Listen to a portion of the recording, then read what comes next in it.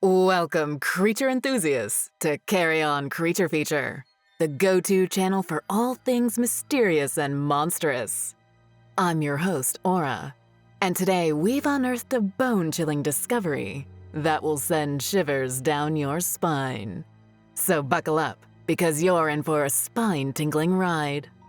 Picture this: a seemingly routine construction project takes a terrifying turn when a crew stumbles upon a deadly secret buried beneath the surface. Put on your hard hat as we delve deep into the heart of this ominous discovery. But before we jump into the eerie depths of this unearthly tale, don't forget to show some love to the channel. Hit that like button if you're ready for a thrill. Subscribe to Carrion Creature Feature for more bone-chilling content. And make sure to ring that notification bell so you never miss out on our spine-tingling episodes. Ready to unravel the mystery? Let's dive headfirst into the deadly construction project. Don't say we didn't warn you. Things are about to get bloody. My name is Zach, and I'm a construction worker, mainly an earth mover. But I've done it all: paving, logging, building, digging, cleanup. Basically, I'm the guy that you see in that bright orange vest and hard hat, sweating his ass off on a hot summer day. The work is hard and at times grueling. Nothing like 16-hour shifts 7 days a week to make you question the decisions you've made in life. That's blue-collar life for you. Waking up at the crack of dawn, hitting your pillow at 0 dark 30, and repeating the whole process the next day. The food is terrible unless you've got a wife or a girlfriend making you something. Usually the finest gas station cuisine or the cheapest buffet in town suffices. If you've got a good foreman, you might get a cooler full of ice water or a porta potty to take a shit in. However, he might be pinching his pennies trying to pay rent or alimony, so don't ever count on it. Some of us are in dire straits, suffering from addictions, bad women, bad men, stupidity, legal woes, lack of citizenship, money problems, you name it. Some of us just enjoy an honest dollar and can't be contained in the confines of an office. No matter who we are, we're hard-working, tough sons of bitches. At least, those that make it through a season or two. If you're lucky, you get on a state-run crew with better pay, OSHA-mandated breaks, and an emphasis on safety. But for most of us, it's a private organization that acts as a third party. This means you could be cutting a road 1 month and then find yourself shoveling snow for a small neighborhood. You go where there's work and save your pennies until the next project. I've worked 2 years with my crew doing every back-breaking project you can think of. So when I got an offer for pay and a half on an apartment complex project, I was instantly on board. In addition to the pay, the contract promised daily per diem and free hotel stay until the job's completion. There was also a bonus incentive if the work was completed within a month. I've never seen such a lucrative contract and was suspicious at first. After digging around on the internet, I discovered the project had seen nothing but hardship since its purchase a year ago. Apparently, workers just left or went missing after only a few days on the job. Some big-time real estate broker and 2 others died in an accident back in 2021. The property had changed ownership several times and now belongs to a bank. I figured it was the same bullshit as always. I call them the P's. Piss-poor planning, punk-ass workers, pussy project management.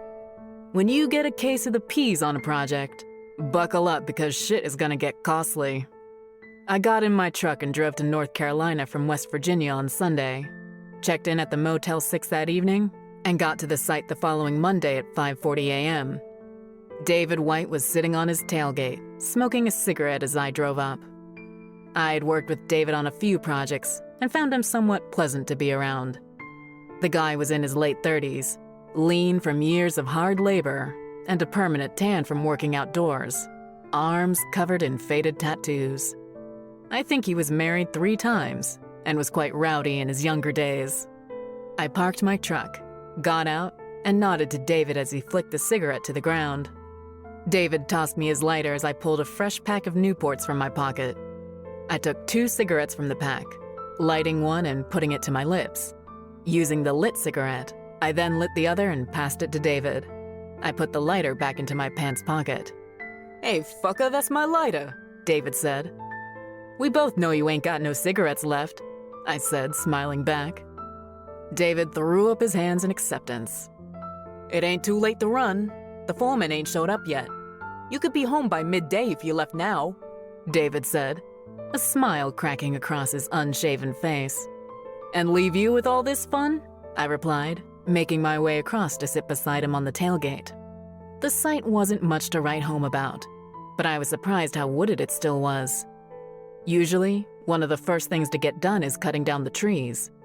But the entire 30 acres seemed almost untouched, complete with a vacant 2-story house.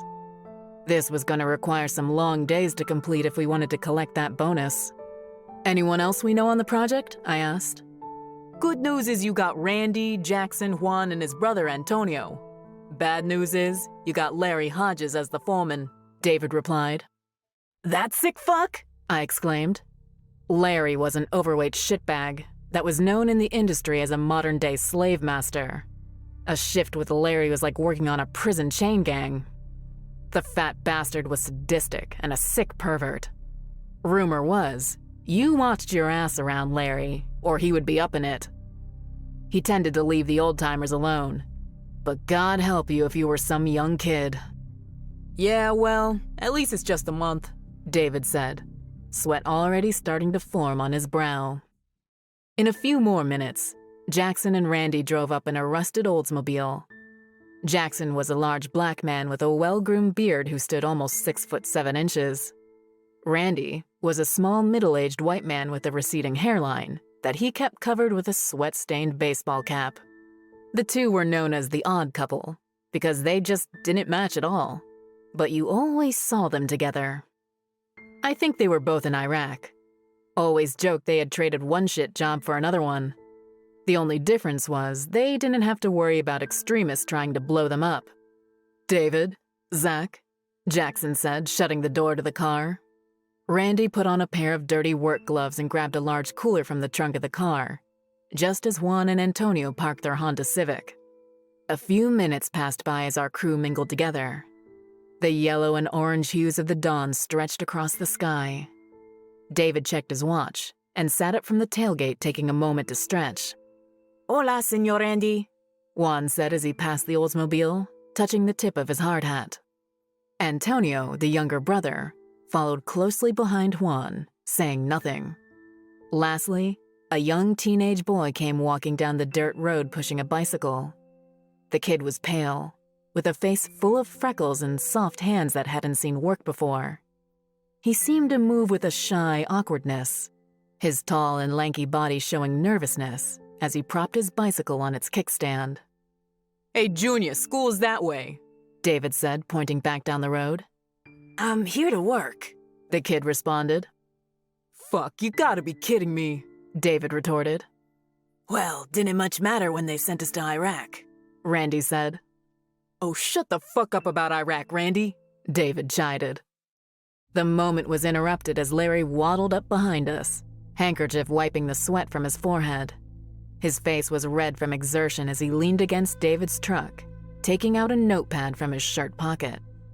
"From now on, you motherfuckers park down there," Larry said, pointing to the vacant 2-story house. "All right, time to get to work. If you're black or brown, you're bringing it down. Go grab chainsaws from my work truck." "Racist motherfucker," Jackson said. "You got a problem, Tyrone?" Larry shouted back. "It's Jackson, you hillbilly fuck." "I don't care if it's Chicken George. You wanna work? You shut them big lips or you get the fuck off my site," Larry said, spittle forming on the corners of his mouth. "We're here to work, Mr. Hodges," Randy said, pulling Jackson to the side. Larry stared at Jackson for a moment, then spoke. "That's good, real good. David and Zach, you're my earth movers. I want you two in the cats moving what gets cut down. Randy, you're on woodpile duty. I want them branches stacked high for burning." "What about me, sir?" the kid interrupted. A look of confusion washed across Larry's face as his eyes met the kid. He looked down to the notepad in his hand, and then back to the kid. "Ronald Sheffer," Larry asked, a broad smile forming across his face. "Ronnie, sir," the kid replied. "Kid, you're the bitch today. You make the equipment runs. If you get tired, you come down and sit in the shade with me, you hear?" Larry said, unconsciously licking his lips. "As for the rest of ya, I want 5 acres cleared before the day's end. I see you on a phone. Your ass is off my sight," Larry said, clapping his hands together. The crew made for the tools and heavy equipment, while Larry waddled back to the shaded front porch of the vacant home. There he sat in a beach chair and started to play with his phone. Jackson pulled the kid aside as he lifted a chainsaw from the bed of the work truck. "You better watch yourself around that man. He ain't your friend. You get me?" The kid nodded as David rounded the side of the truck, placing his hands on the kid's shoulder. "All right, boy. You put gas cans down here by the wood line where the cutting's going on. It's the small cans with the oil mixed in, not the big ones. Don't fuck that up. If someone tells you to do something, you do it. I see you sitting on your ass, you'll get my fist in your face." As David finished his pep talk, I climbed into the Caterpillar and began navigating it across the thick brush towards the woods. Lowering the bucket, I dug into the thick red soil and began cutting a path. The sun was now bright in the sky, illuminating the rows of hemlock and pine trees that dotted the property. David moved the second bulldozer to the east, using chains to pull fallen hardwoods up to Randy. Juan and Antonio seemed to be in their element, dropping tree after tree with almost expert precision, while Jackson did his best to tackle the smaller stuff, often stopping to untangle himself from briars and other foliage as he plunged deeper into the woods. As the day progressed, the temperature continued its upward climb, and sweat poured from the body in torrents. The sticky humidity of the air clung to me, making the cab of the Caterpillar oppressive. Outside, the sun radiated down on the crew as they continued to clear brush. Despite the North Carolina weather, we had found our stride and were 3 acres in by noon. Larry held his hand up from the porch, giving the sign for lunch as I parked the cat in the clearing. I jumped from the heavy dozer and whistled to the kid. "Go tell the others it's lunchtime, then go grab some shade. We get 30.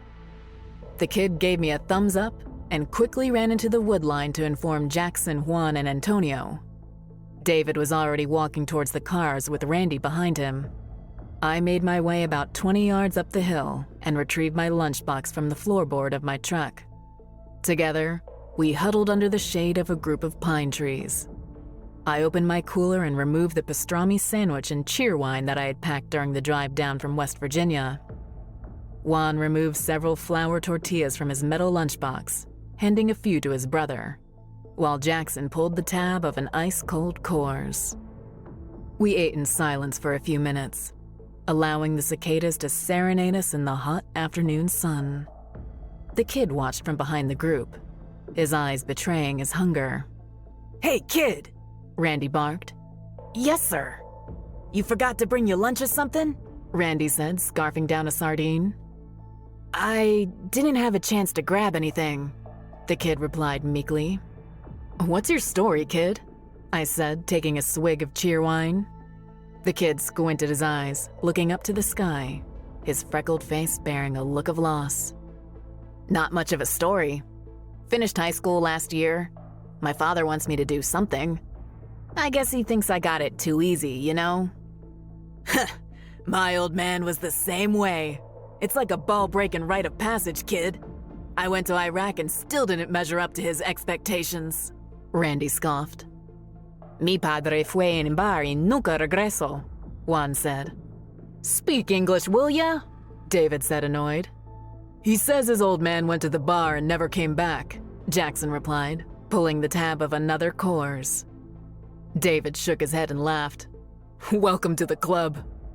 The banter was interrupted when Larry came behind the kid with a bottle of Coke in one hand and a moon pie in the other. His body odor seemed to waft through the stained shirt, making the pastrami sandwich I was eating suddenly undesirable. Larry ducked down to one knee beside the kid, a shit-eating grin plastered across his face. "Saw you didn't bring anything to eat and thought you might want these." Larry said, forcing the Coke and moon pie into the kid's hands. The kid looked at us with a face full of bewilderment as Larry moved behind him, placing his hands on the kid's shoulders and massaging them. I've been watching you, kid. You got supervisor material written all over you. You get done today, you come and see me. We'll talk about your future here. The act was repulsive, but the fact he was doing it in front of us made me recoil in disgust. The faces of the others wore the same sentiment. David threw his half-eaten apple away, while Jackson seemed to close his eyes and down the remainder of his beer. That's it for lunchtime, I guess, Randy said, standing and interrupting Larry.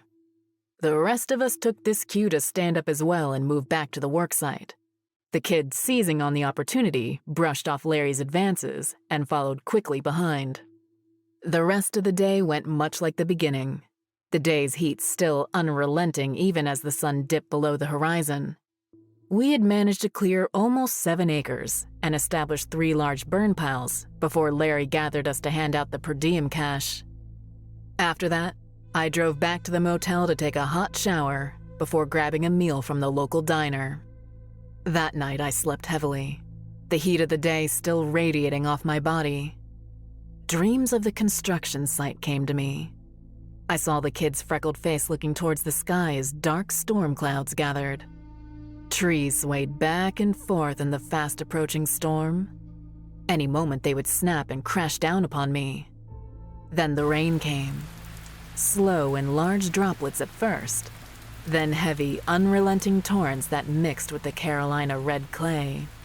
Jackson sat on the dozer's bucket, beer in hand, toasting Randy's severed head.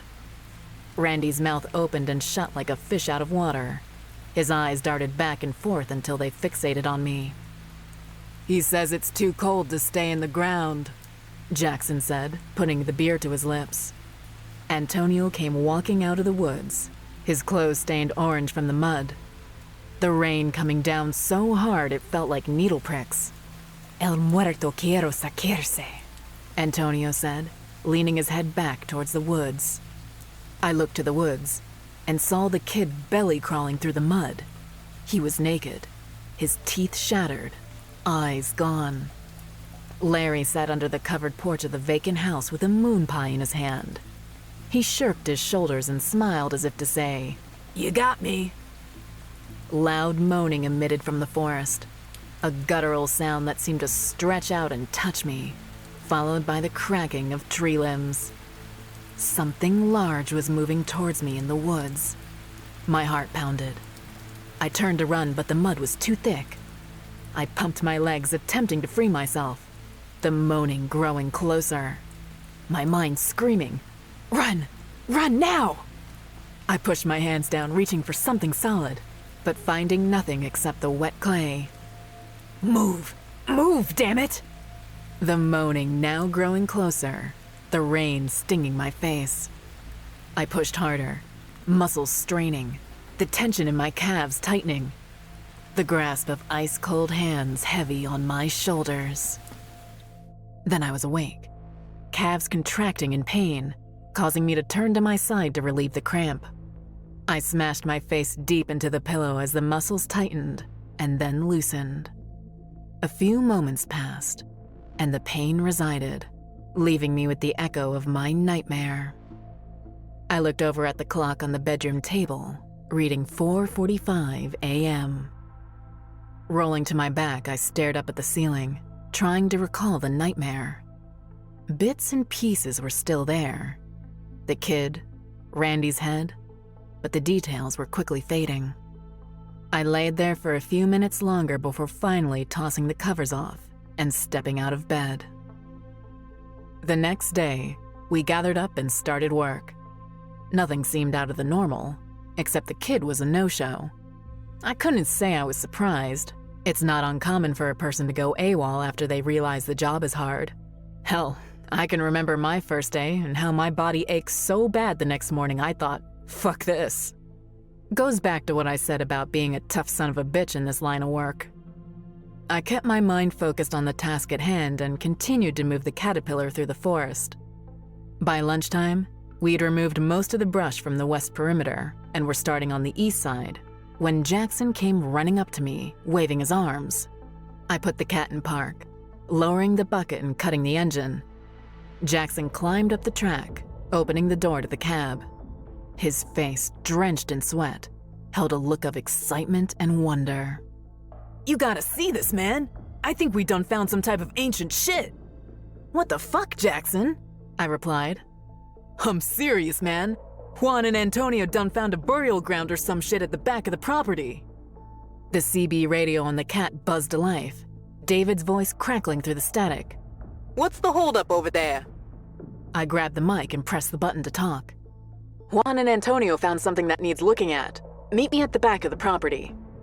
With that, I dismounted the dozer and followed Jackson through the woods and across an embankment before we came across a small clearing where Juan and Antonio stood. In the center, a large stone mausoleum stuck out of the ground. At some point, the ground had settled, swallowing the back half of the structure until it resembled a sinking ship. Now the entrance faced the sky at an angle, an aged and cracked cross at the top. I walked forward, standing on my toes to look down into the entrance, which was concealed by thick strands of kudzu. Randy and David came up behind me, a look of amazement on their faces. How old do you think it is? Randy said.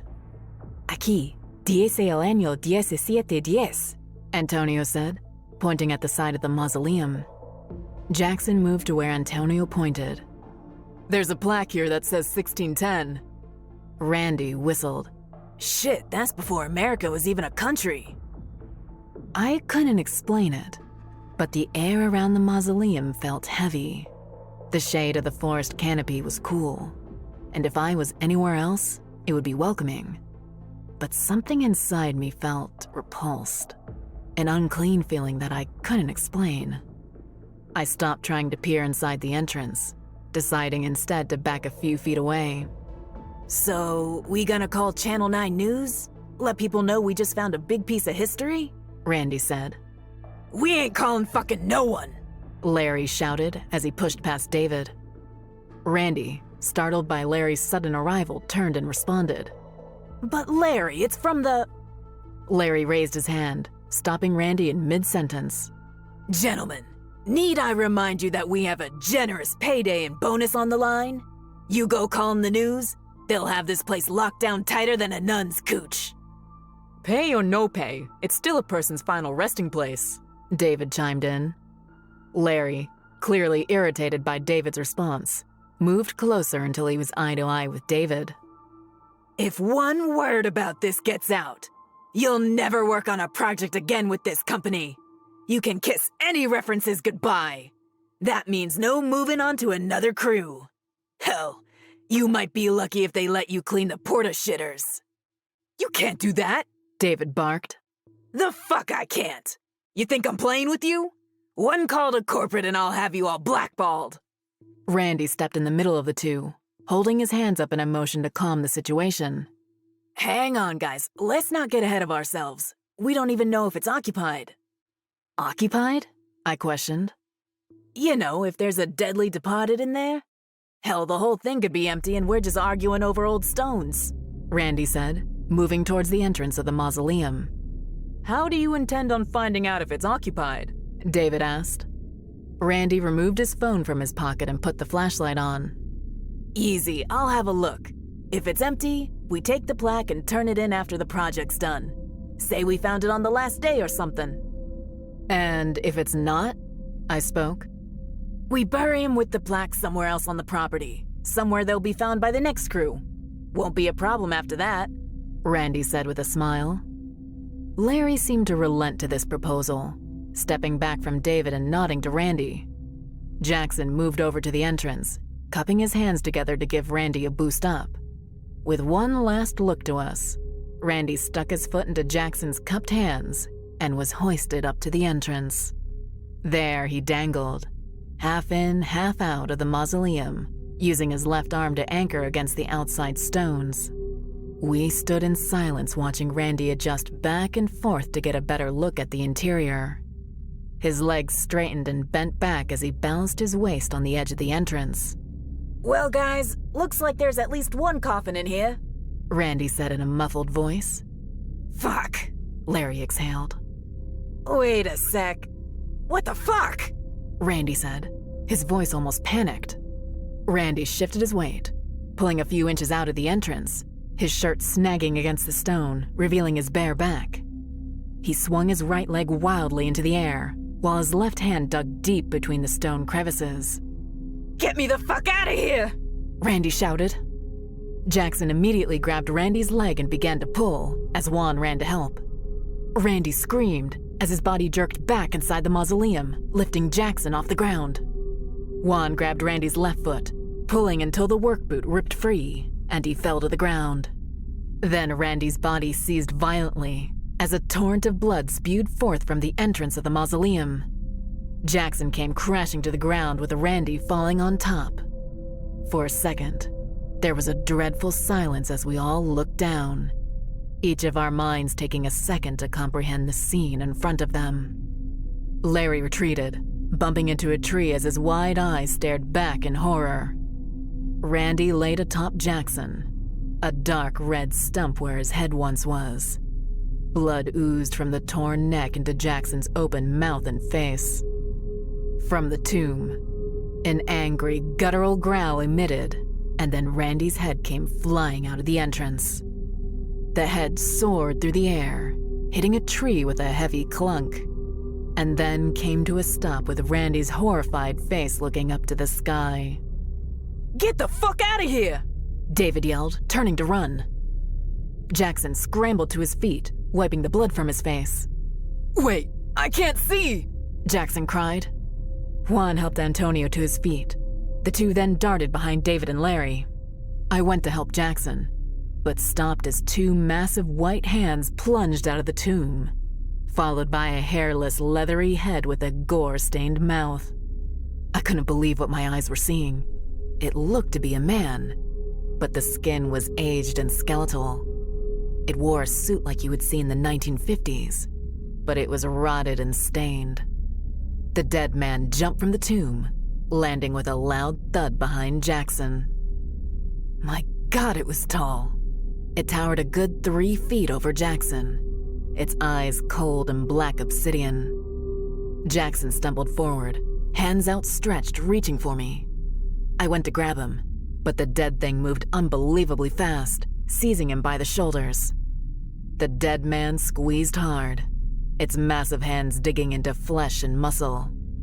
Jackson's face contorted from the pressure as he struggled to free himself. I turned and ran, just as the dead man ripped both arms free from Jackson's body. I had no idea where I was running. My mind was on autopilot as I traversed the embankment, slapping against tree branches and stumbling forward. I could feel the pull of thorns and briars around my feet as I became entangled in a large outcrop of smilax bushes. My heart beat fast, my breathing erratic as I jerked my leg to free myself from the bush. Fuck, fuck, fuck, I said, as I dropped to one knee and began to pull the vines free. Then a loud, shh, came from my side. I looked to my left to see Juan and Antonio partially concealed by a rotting log. Juan looked nervously about and sprung from his hiding place, running next to me.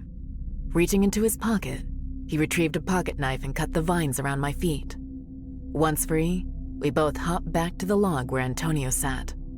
Looking down, I could see Antonio was visibly in pain. A large branch stuck through his belly, broken off at the base. "Se topo con la rama di un arbol," Juan whispered. Somehow, during their escape, Antonio must have run into a tree branch. Juan, being his brother, wouldn't leave him, so the two had hid here until I came. Juan reached down to Antonio, gently rubbing his back. "Está bien, hermanito. Yo contigo." Tears ran down Antonio's cheeks as he shook from fear and pain. I reached to my back pocket for my phone, finding the pocket empty. A sudden realization that I'd left it in the cab of the bulldozer. I instantly turned to Juan and Antonio, making the hand gesture of a phone. "Phone? El phono? Fuck!" Juan shook his head, no. "Nosotras no levamos teléfonos en el trabajo." "Shit!" I exclaimed. Sweat dripped down my chin as I looked to the forest for movement. David or Larry must have called the cops by now, I thought. I propped myself up to get a better vantage point on the path I had run down, my eyes sweeping back and forth, then settling on a large oak tree about 30 yards away. From behind the tree, the dead man's head peered out, locking eyes with me. My blood instantly went cold as I fell back. It knows we're here, I said, looking to Juan. Juan looked to his brother and back to me. Amo a mi hermano. He then reached into his pocket, withdrawing the pocket knife and opening the blade. You go. You call policia, Juan said, a determined look on his face as he stood. I looked to Antonio, whose eyes were now closed, as Juan motioned with his hands for me to go. With one last glance, I stood and ran from the hiding spot towards the wood line. A sense of guilt followed, making me question if I should return to assist Juan. 2 men might be able to fend it off, but my legs kept pushing me further away. Up ahead, I could see the back of the vacant house only a few yards away. I thought about changing direction towards the dozer, but that path would keep me within the woods, a place I was desperate to be out of. I continued running towards the house, my lungs burning from exertion. The back door was now open, Larry motioning me forward. I ran through the last of the trees and into the backyard, bounding up the steps of the back porch and into the vacant house. Larry slammed the door shut, locking the deadbolt. I fell to the floor, breathing deeply, trying to catch my breath. I pointed towards the door with an unsteady arm. Juan, and Antonio. Larry moved to a window and peered out, and then looked back down at me. Were they behind you? I shook my head no, still trying to catch my breath. I've already called the cops. We just need to sit tight until then. I pushed myself up the wall, my head swirling with exhaustion, and walked down a narrow hallway that opened into a kitchen. I leaned against the worn counters, allowing the coolness of the interior to wash over me. My rest was soon interrupted as Larry came inside the kitchen. Looks to be all clear out there, he said, taking a few steps toward the sink. My knees grew weak, and I swayed back and forth. I felt nauseous and needed to puke. Bathroom? I exclaimed. Oh, it's back down the hall. First door on your right. Be sure don't go in the door at the end of the hall. Looks like a raccoon or something was in there shitting all over everything. I nodded thank you and made my way back down the hall, passing the back door and turning to the first door on the right. The bathroom was small with white and black stained tile. A small pedestal sink sat in the center with a medicine cabinet over it. I went to the sink, turning the handle, but no water emerged. I cursed myself, looking into the medicine cabinet mirror.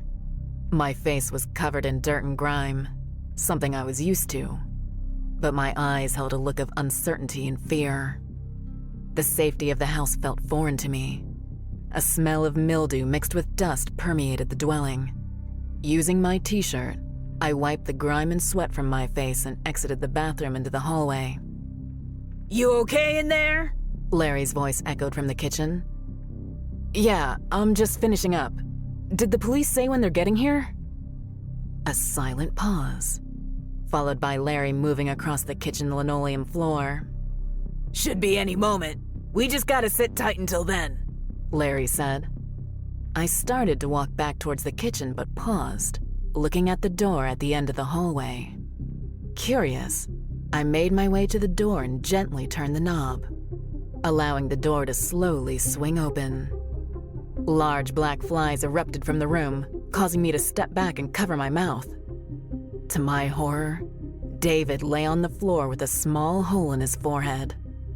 I looked up to see the nude, battered body of the kid tied face down on an old bed. Sitting on top of the dresser was a collection of empty Coke bottles and half-eaten moon pies.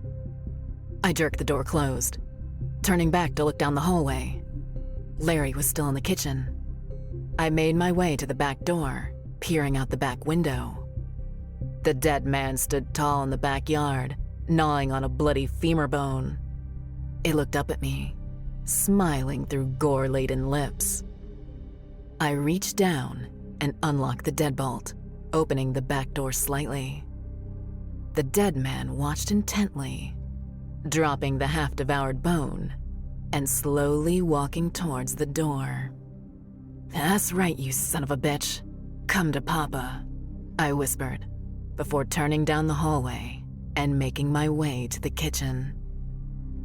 As I rounded the corner, Larry sat in an old kitchen chair with a .38 in his hand. "What you see back there, Zacky boy?" Larry said in a playful voice. "Nothing, Larry. I just went to the bathroom, that's all." "Oh no, you got that hand in the cookie jar look about you," Larry replied, a smile forming across his lips. A low creaking sound came from my left, but Larry didn't seem to hear it.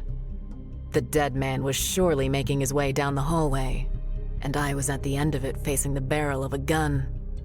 "Well, what did you see back there, Zach?" Larry said, slamming his open palm on the kitchen counter. "I saw what you did to the kid and David," I replied. "Did I? Oh yes, I sure did. That boy was just asking for it. You know they all ask for it, right? They come asking for things like a job or to borrow money. That kid came and saw me after work the other day. Wanted an advance on his paycheck. Said he wanted to buy some flowers for his mama. Sweet, right?" Another floorboard groaned down the hallway. "Larry, I ain't gonna say anything. We got bigger fish to fry now. With that thing out there," I said, inching myself closer towards Larry. Larry leveled the barrel of the gun at me. "Don't come any closer to me, Zach, or I'll put one in your head like I did poor David back there. You know, I was in my car about to burn out of here when that dumb fucker ran inside the back door of the house. When I got inside, he had already discovered my love shack. Put a bullet in him right there." Another footstep, but this time it was heavy and close. "You know, I figure that thing out there might just help get rid of all of you. Then it'll just be another work crew that went AWOL on the project. At least, that's what I'll say if corporate comes knocking." Larry smiled. I swallowed hard and looked towards my left, the tall dead man towering over me, its black eyes unwavering in the shadows. I recoiled back, falling against the kitchen wall as it lurched forward, almost grabbing me. Larry, startled by the sudden motion, fired the pistol, the round exploding into the shoulder of the thing.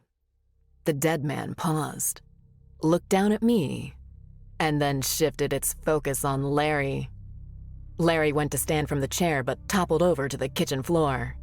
Panicked, he struggled to get to his feet, the linoleum floor squeaking as he reached for purchase.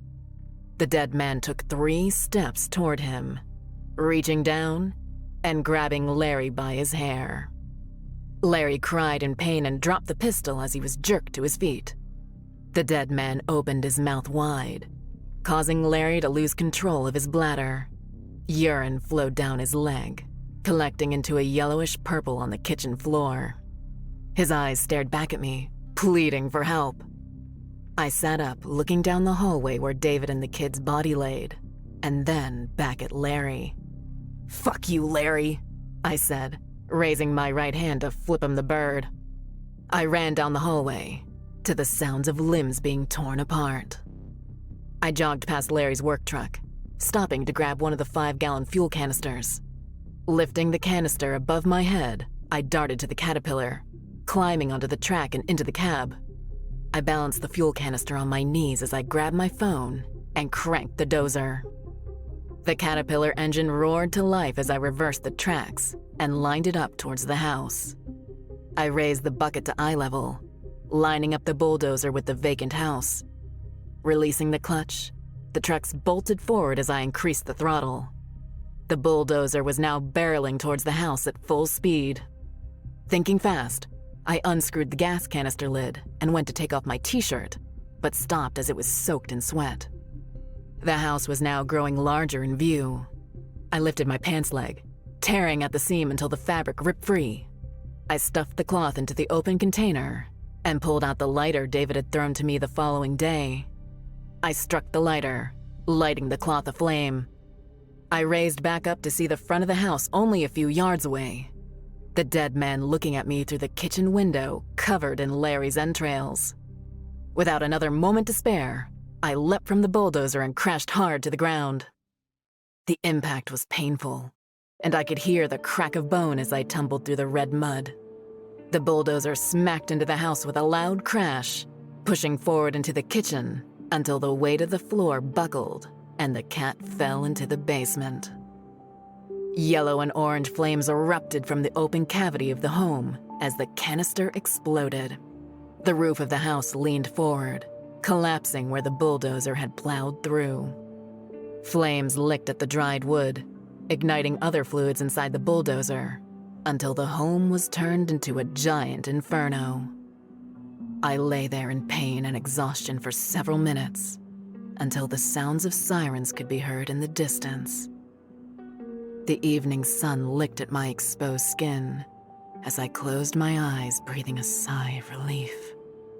The alarm on my watch went off as a big smile broke across my face. My workday was officially over. And there you have it, creature enthusiasts.